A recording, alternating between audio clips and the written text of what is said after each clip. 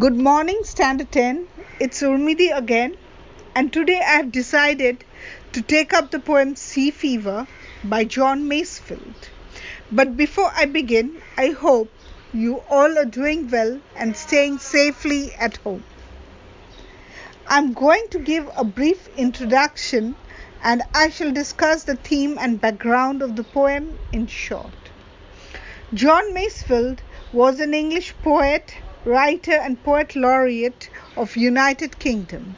In 1902, he published a collection of sea poems entitled Saltwater Ballads, in which Sea Fever appeared.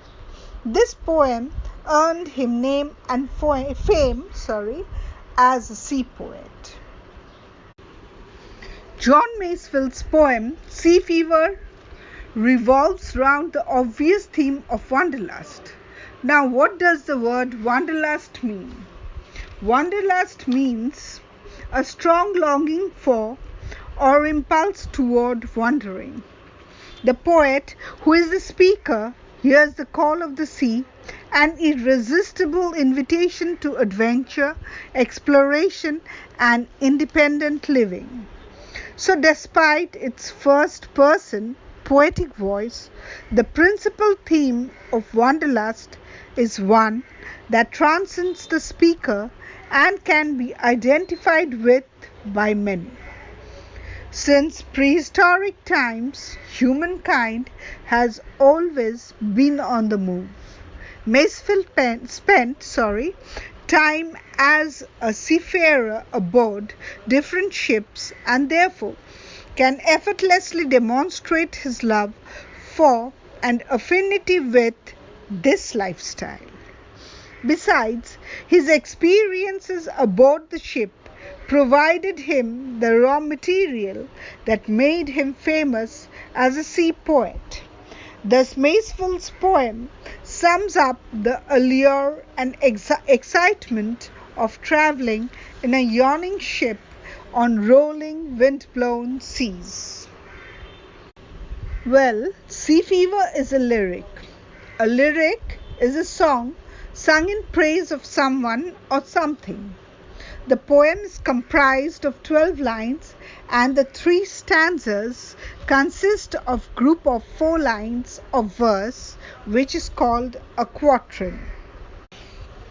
One may interpret the poem as a metaphor for the journey of life and the challenges life poses.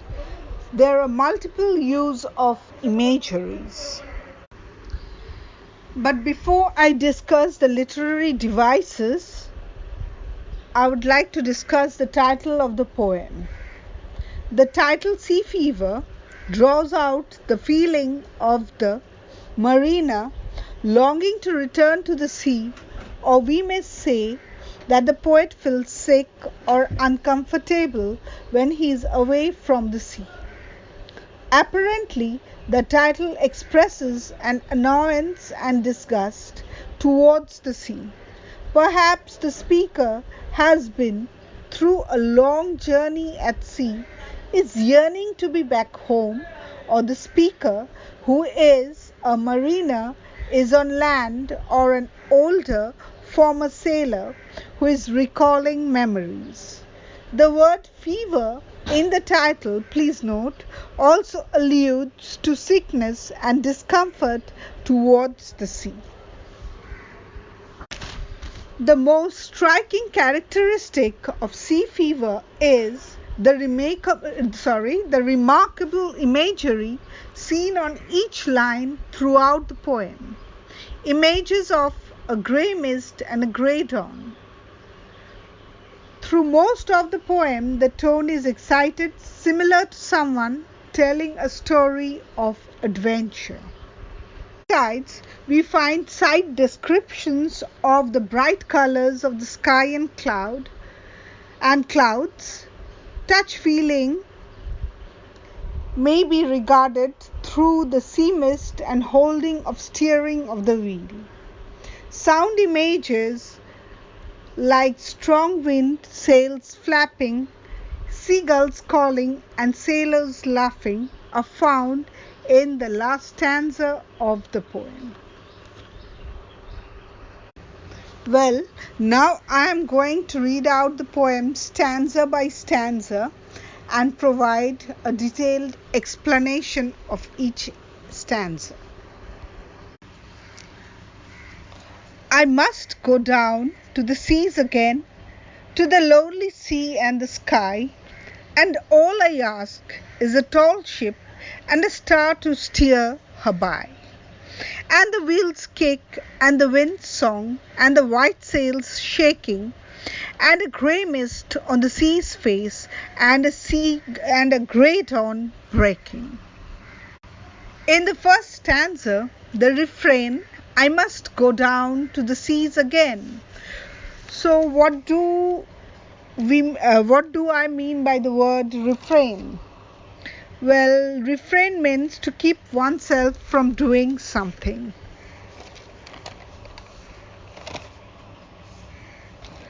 The refrain, I must go down to the seas again, is repeated at the beginning of each stanza and reveals why the poem has been titled Sea Fever.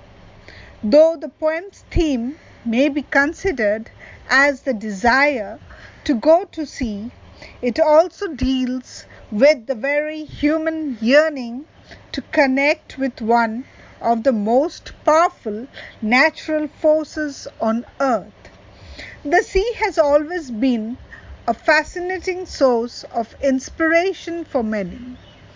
The obvious adoration for this wild and beautiful entity is brought out through its comparison to a person, referring to it as her and describing her face.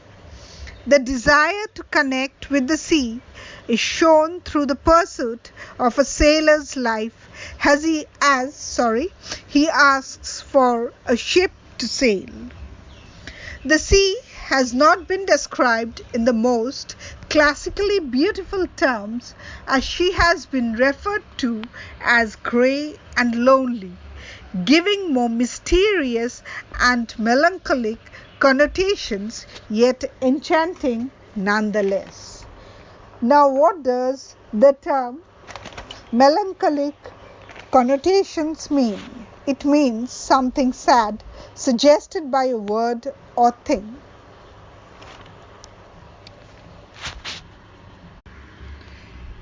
There is a wide use of alliteration in the first stanza.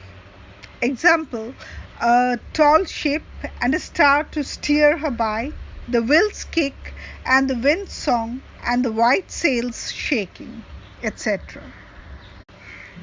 Well, the second stanza appeals to all five senses.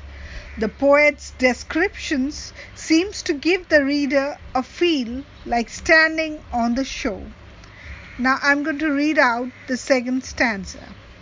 I must go down to the seas again, for the call of the running tide is a wild call and a clear call that may not be denied.